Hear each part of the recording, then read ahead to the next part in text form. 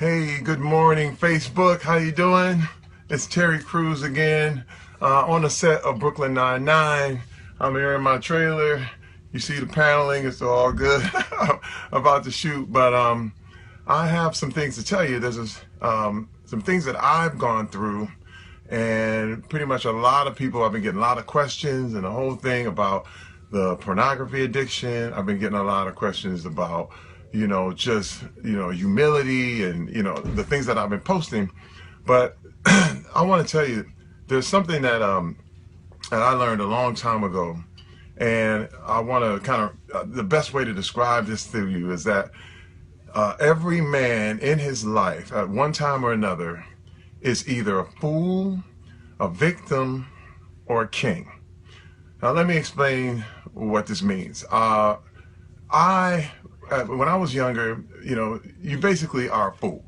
Okay, I think every young man, maybe young ladies, but I can only speak for men, is that every young man at one time in his life is a fool. I mean, he goes out, he does dumb things. I did plenty of dumb things. Let me tell you, I was so dumb that when I first got married, I bought a car before my wife and kids had a place to live.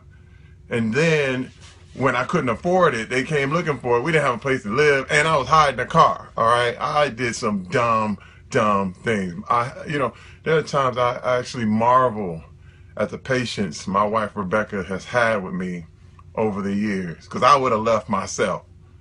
Okay, I was a fool. I was a fool. Dumb things, dumb mistakes.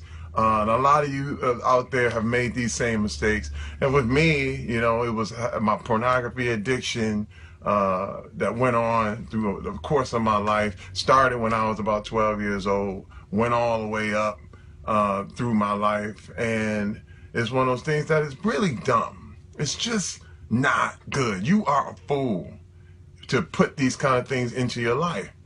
Well, the problem what happens when you are a fool, you shift into another phase. And the next phase, you spend enough time being a fool, you pretty much lose everything. Everything comes to a halt. A lot of things happen. Your house gets repoed, your car gets repoed, your bills don't get paid, you lose your job, you're in a mess, your life is you're addicted to something, you have a lot of problems, and then you become a victim. This victim stage is really wild, because when you're a victim, you never run out of things to blame. The victim stage is where you have a table full of excuses. It's nothing but alibis. It's like, you know why I'm like I am? It's because my mama never did this. And you know why I'm like I am? It's because the kids at my school beat me up when I was a kid. Or something really bad happened to me when I was young. Or it was the government. Or it's the fact that I'm black. Or it's the fact that I'm white. It's the fact that I'm a man. It's the fact that I'm a woman. And this victim stuff never runs out. You can march from here to there all day, all long. You will find something to blame. You will always have a reason to blame someone for your problem. The reason to blame something or some reason why you are not where you want to be. And I was there. I blame my wife. I blame the fact I got married too early. That's the problem. See, I had kids too early. I'm a black man, and it's so hard in this world. And I mean, I had all the excuses. Okay, you know what I mean? I grew up in the hood, and they never did this, or my parents never gave me that, or all kind of reasons. And you become a victim. And the problem with being a victim is that you stay there. You can stay in victimhood forever, and no one will ever let you out. It's like you're a hoarder. I mean, you got all these, your house is full of all that, you collect all these victim things and all these reasons, and you're sitting in your house and you're justified and you got reasons, and then you all good, and usually you're alone. But let me tell you about another phase, the best phase. When you being a victim, you decide to put all the responsibility on yourself. There's no one else to blame. This phase is the king phase. I like to call it a king for because I'm a man. But for women out there, you might call it your queen phase, or whatever, your princess phase. I don't know. But my thing is, I call it being a king. And being a king, you take full responsibility for everything in your kingdom. If you don't like something, you can get rid of it.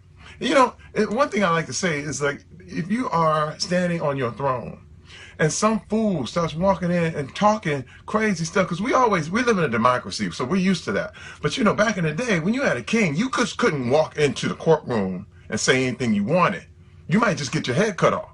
Okay? And so if you walked in and somebody came in and started yelling at the king, the guards would come and they'd kill him. Yes, they would. That's how a kingdom works, because you do not usurp the king. And I'm here to tell you, everybody out there, you are the king of your own kingdom. Realize this. Internalize it. You are the king of your kingdom, which means anything that comes into your circle that you don't want there, you can banish it. And this is your kingdom. And this is what I want to bring up about humility, because a lot of people have taken the fear of criticism and turned that into humility. But that's not true. In fact, you need to get rid of the fear of criticism, because if you have the fear of criticism, you're not going to say what you need to say. You're not going to be bold. And a king is bold. A king knows what he has. A king knows his kingdom. You don't walk around like, poor, woe is me, I got this kingdom, but I don't know what kind of decisions to make. You know what? You want to build a building? The king decides where the buildings go. You want to solve something? The king makes the solution to what is his problem. And all of a sudden, everybody to blame goes out the window. Every excuse gets cleaned out, because you have none. You're the king. It's your house. It's your kingdom. You want the road to go there? The road goes there. And then you have the job to grow the kingdom.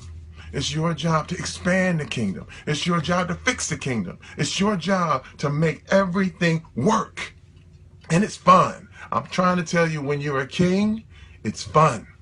And you have to realize this. So that's my total example of fool, victim, king. And everyone on this earth, you are one of those three stages. Which one are you? I know which one I am. I was all of those things at one time, but I'm the king now. I'm the king. If there's something in my life, if there's someone who is bugging you to the point where it is hindering you, you need to get them out of your circle.